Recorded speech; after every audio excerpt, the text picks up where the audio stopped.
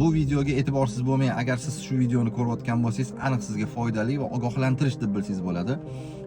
Xabaringlar bor, mashinniklar ko'payib ketgan. O'zi pul topish qiyin.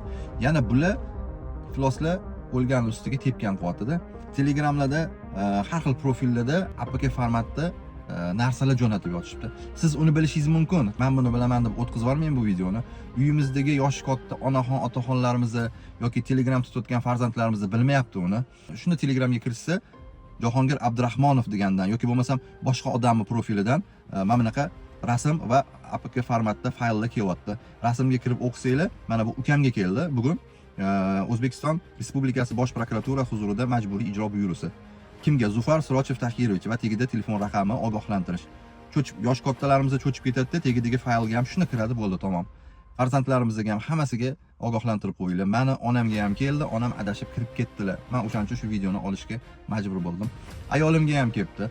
Suddan kelyapti, har xil miplardan kelyapti, har xil joylardan SMSlar kelyapti.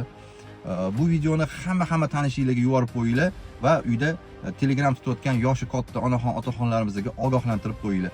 Bu narsa, bu fayllar Telegramdan kelmaydi yoki uyingizga xat bo'lib keladi yoki telefon qilishadi menimcha, lekin Telegramdan jo'natib o'tirishmaydi.